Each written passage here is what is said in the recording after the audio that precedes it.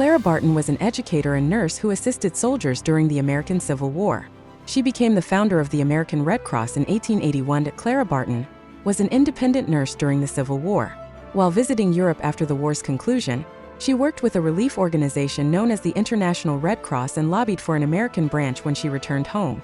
The American Red Cross was founded in 1881, and Barton served as its first president. The Red Cross continues to provide emergency assistance and disaster relief to this day, and Barton's efforts helped pave the way for women in positions of leadership.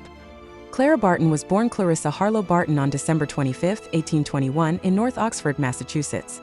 Barton's parents were Stephen Barton and Sarah Stone Barton.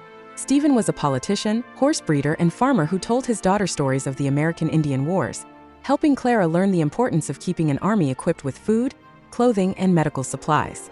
This would prove crucial later in her life. Barton already had a talent with words by age 4, when she started school and was able to spell 3-syllable words.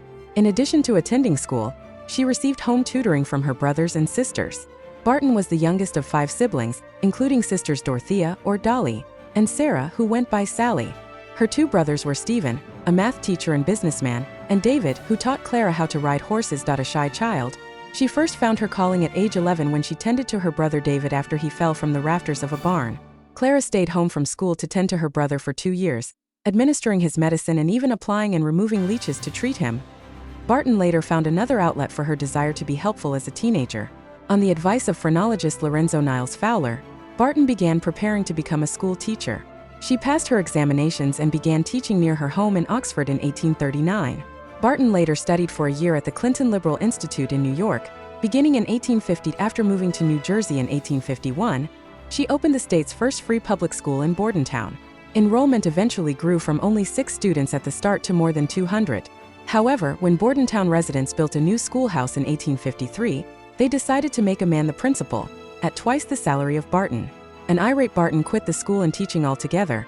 Instead, Barton moved to Washington, D.C., to work in the U.S. Patent Office as a clerk in the mid-1850s. Her $1,400 salary was equal to those of the men she worked with. Barton returned home to Massachusetts after her copyist role at the Patent Office was eliminated in 1857. Years later, she returned to her position to serve under new President Abraham Lincoln. The Civil War began less than a year later. During the Civil War, Barton sought to help the soldiers in any way she could. At the beginning, she collected and distributed supplies for the Union Army. Not content sitting on the sidelines, Barton served as an independent nurse and first saw combat in Fredericksburg, Virginia, in 1862. She also cared for soldiers wounded at Antietam in Maryland. Barton was nicknamed the Angel of the Battlefield for her work. Initially, Barton's help was often declined, as no woman had ever appeared directly on the battlefield in camps or in field hospitals. However, she gained the trust of military officials and Lincoln over time. After the war ended in 1865, Barton worked for the War Department, helping to either reunite missing soldiers and their families or find out more about those who were missing. She also became a lecturer, and crowds of people came to hear her talk about her war experiences. While visiting Europe, Barton worked with a relief organization known as the International Red Cross during the Franco-Prussian War of 1870 to 1871. Sometime after returning home to the United States, she began to lobby for an American branch of the international organization. The American Red Cross Society was founded in 1881, and Barton served as its first president.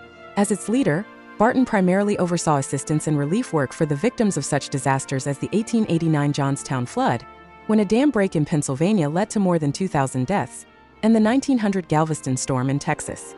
After a hurricane destroyed the Texas island community, more than 8,000 people lost their lives in what remains the deadliest natural disaster in U.S. history. In 1904, Barton published the book A Story of the Red Cross about her life and efforts with the organization. Barton was a close friend of suffragist, writer, and lecturer Susan B. Anthony. The two met following the Civil War and often spoke on behalf of each other's causes. Anthony was a proponent of nursing reform and in 1902, delivered the keynote address at the New York State Nurses Convention. Barton resigned from the American Red Cross in 1904 amid an internal power struggle and claims of financial mismanagement. While she was known to be an autocratic leader, she never took a salary for her work within the organization and sometimes used her funds to support relief efforts. In 1905, Barton established the National First Aid Association of America, which developed first aid kits and taught basic first aid instruction and emergency preparedness. After leaving the Red Cross, Clara Barton remained active, giving speeches and lectures. She wrote another book entitled The Story of My Childhood, which was published in 1907. Clara never married and had no children. However, she did have several nieces and nephews and a couple furry companions. She first had a dog named Button but grew to adore cats. A painting of her black and white cat named Tommy, her friend of 17 years, still hangs in the dining room at the Clara Barton National Historic Site in Glen Echo, Maryland. Barton lived to age 90. According to the Telegram and Gazette, she died from double pneumonia at her home in Glen Echo, Maryland on April 12, 1912. She was buried at her family's cemetery plot in Oxford, Massachusetts.